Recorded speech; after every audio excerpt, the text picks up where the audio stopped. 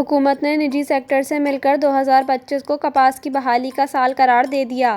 پاکستان میں کچھ عرصہ پہلے تک کپاس کی پیداوار 1,40,00,000 گاٹھیں سالانہ تھیں، جو اب کم ہو کر 50 لاکھ بیلز پر آ گئی ہے۔ زرعی ماہرین کے مطابق پاکستان کپاس برآمد کرنے والا ملک تھا، جو اب $4 ارب کی کپاس درآمد کر رہا ہے۔ یہ چیز اربوں روپے کے اخراجات والی وزارت اور زرعی اداروں کی کارکردگی پر سوالیہ نشان ہے۔ زرعی ماہرین کا کہنا ہے کہ کپاس کی فی ایکڑ پیداوار میں مسلسل کمی ہو رہی ہے، جس پر قابو پانا ضروری ہے۔ کپاس کی پیداوار بڑھانے کے لیے نئی ریسرچ اور بہترین سیڈ ضروری ہے۔